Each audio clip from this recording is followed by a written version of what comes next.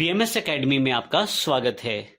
यदि आप अपने ऑफिस में काम करते हैं या अपने घर पे काम करते हैं तो कई बार ऐसी स्थिति आ सकती है कि आपको कुछ डेटा दूसरे कंप्यूटर से लेना है, लेकिन वो कंप्यूटर आपके नेटवर्क में तो अटैच है लेकिन थोड़ी सी दूर पड़ा है आपसे।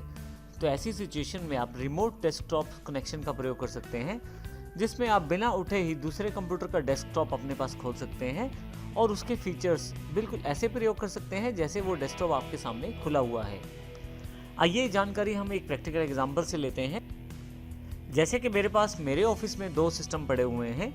एक सिस्टम में जो इस वक्त आपके सामने जो प्रयोग कर रहा हूं, और दूसरा एक डेस्कटॉप पीसी है जो अलग से पड़ा हुआ है थोड़ी सी दूर मेरे से, परंतु ये दोनों एक ही नेटवर्क से अटैच हैं। अब मान लीजिए मैं उस दूसरे पीसी को एक्सेस करना चाहता हूं, या वहां से पड़ी हुई किसी फाइल को देखना चाहता हूं, या किसी काम को उस पीसी पर करना चाहता हूं, तो यहीं से बैठे बैठे भी कर सकता हूं अपने इस पीसी के द्वारा। इसके लिए मुझे दूसरे पीसी को कनेक्ट करना पड़ेगा अपने साथ रिमोट डेस्कटॉप कनेक्शन के साथ। तो आइए देखते हैं किस प्रकार हम रिमोट डेस्कटॉप कनेक्शन का प्रयोग कर सकते हैं। रिमोट डेस्कटॉप कनेक्शन बनाने के लिए आप रिमोट डेस्कटॉप कनेक्शन ऐप को ओपन करेंगे। इसके लिए आप स्टार्ट पे क्लिक करें, ऑल ऐप्स पर क्लिक करें।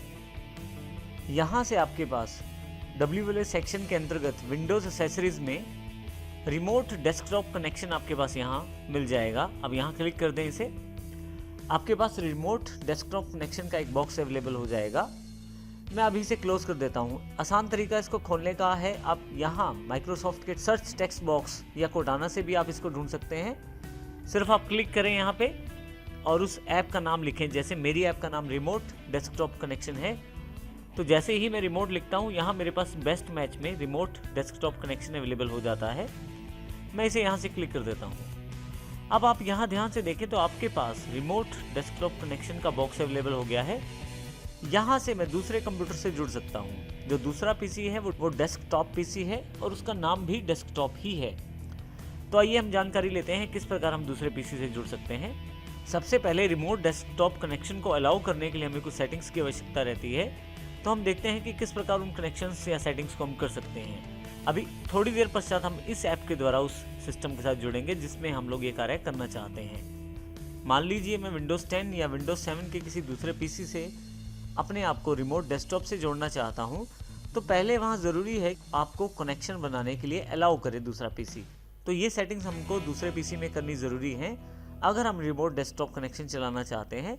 इसके साथ ही एक यूज़र अवेलेबल होना चाहिए वहाँ पे, जिसके पास पासवर्ड एप्लीकेबल होना चाहिए ताकि आप अपनी लॉगिन यूजर्स की सिक्योरिटी को भी तय कर पाएं। आइए सबसे पहले मैं यहाँ से इसे क्लोज करता हूँ और देखते हैं विंडोज 7 में किस प्रकार से सेटिंग्स करनी पड़ेगी हमें। विंडोज 10 में भी हम ये सेटिंग्स देखेंगे, हम किस प्रकार ये सेटिंग्स कर सकते हैं। तो आइए सबसे पहले विंडोज 7 की सेटिंग्स देखते हैं। यहाँ से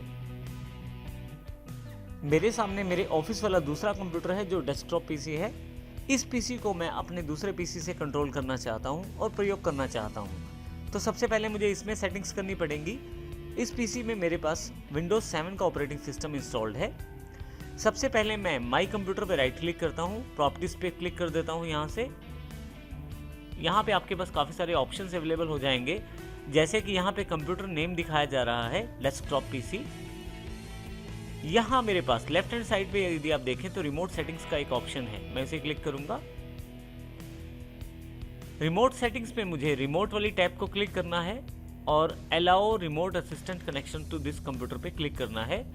साथ ही नीचे मुझे रिमोट डेस्कटॉप के बीच वाले option allow connections from computers running any version of remote desktop option को सिलेक्ट करना है। और यदि आप सिक्योरिटी लेवल ज़्यादा चाहते हैं तो नीचे वाला ऑप्शन भी चुन सकते हैं, जिसमें नेटवर्क लेवल ऑथेंटिकेशन भी शामिल रहती है।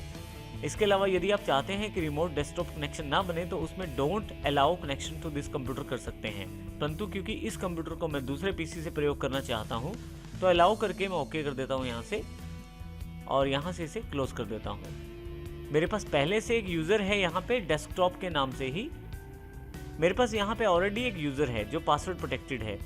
स्टार्ट में जाएं, control panels, user account and family safety में जाके देखें यूज़र अकाउंट्स पे। यहाँ पे मेरे पास डेस्कटॉप के नाम से एक यूज़र भी अवेलेबल है जो एडमिनिस्ट्रेटर है।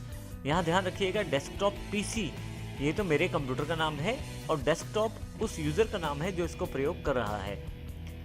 और ये पासवर्ड प्रोटेक्टेड भी है। मैं यहाँ से इसे क्लोज कर देता हूँ। अब फाइनली अपने दूसरे कंप्यूटर से जाके इस कंप्यूटर से कनेक्ट करने की कोशिश करता हूँ मैं।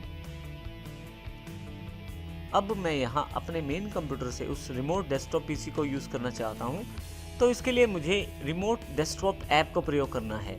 जैसा कि हमने सीखा कि पहले रिमोट डेस्कटॉप ऐप को आप किस तरह से ओपन कर सकते हैं। आप दो तरीकों में से स्टार्ट से भी या ask me everything text box से भी उसको ओपन कर सकते हैं। यहाँ पे मैं यहाँ पे फिर से लिख देता हूँ रिमोट डेस्कटॉप कनेक्शन। आप देखेंगे कि बेस्ट मैच में रिमोट डेस्कटॉप कनेक्शन अवेलेबल हो गया है। क्लिक करके मैं ओपन कर लेता हूँ। देखिए यहाँ पे आपके पास कुछ सेटिंग्स आपको करनी पड़ेंगी। उन सेटिंग्स के आधार पे ही आपका जो दूसरा कंप्यूटर है इस कंप्यूटर से जुड़ पाएगा और आप उसको प्रयोग कर पाएंगे। सबसे पहले कंप्यूटर का नाम आपको देना पड़ेगा।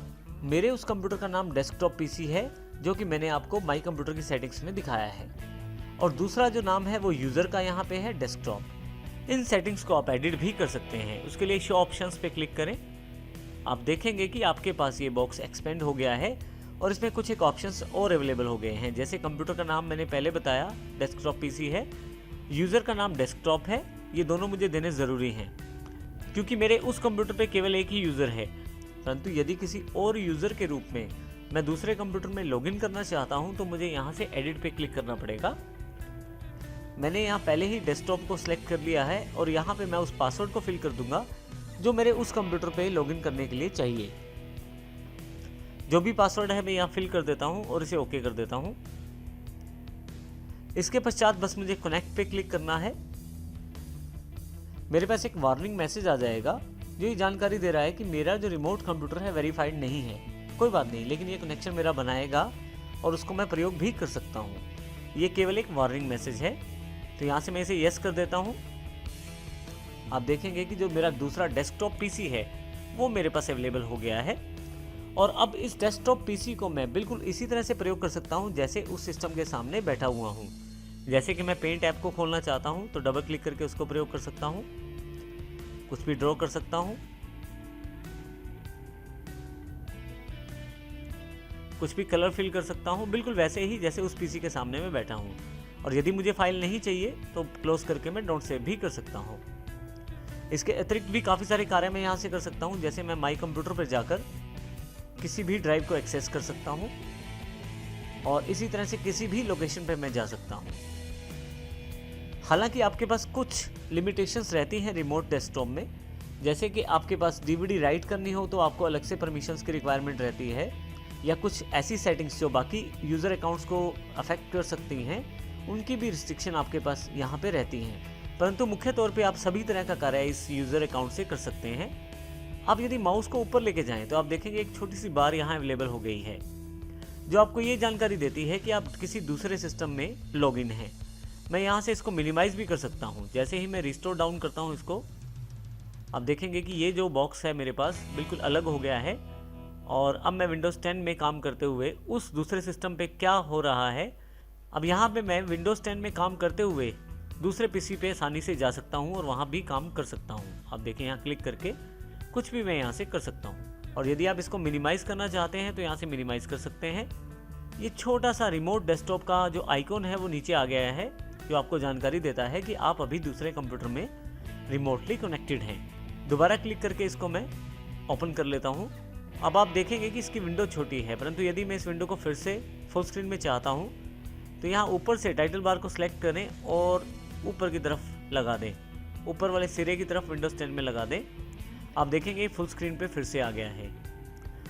अब ये जो बार आपके सामने दिखाई गई है, आप यहाँ पे इसको पिन करके भी रख सकते हैं। आप यहाँ अगर यदि क्लिक कर दें तो ये आपके पास परमानेंट यहाँ पिन रहेगी और जब भी आप कोई भी कार्य कर रहे हैं तो भी ये बार आपको दिखाई देती रहेगी। परंतु यदि आप चाहते हैं कि ये बार आपको ना दिखाई दे तो यहाँ से इसको आप अनपिन भी कर सकते हैं और अब आप कोई भी कार्य करें अपने आप ये बार हाइड हो जाएगी। परंतु यदि ये बार दोबारा देखना चाहते हैं तो माउस को आप ऊपर वाली साइड पे लेके जाएं। आप देखेंगे कि फिर से ये बार अवेलेबल हो गई है। रिमोट डेस्कटॉप कनेक्शन को आप मिनिमाइज़ भी कर सकते हैं मिनिमाइज़ बटन से। आप देखेंगे कि ये मिनिमाइज़ होके फिर से यहाँ टास्क बार में एक आइकॉन के रूप में अवेलेबल है। तो इस प्रकार आप रिमोट डेस्कटॉप कनेक्शन से दूसरे कंप्यूटर से जुड़ सकते हैं। मैंने केवल एक कंप्यूटर का एग्जाम्पल दिया है, परंतु यदि आप चाहें तो आप एक से अधिक कंप्यूटर से भी जुड़ सकते हैं।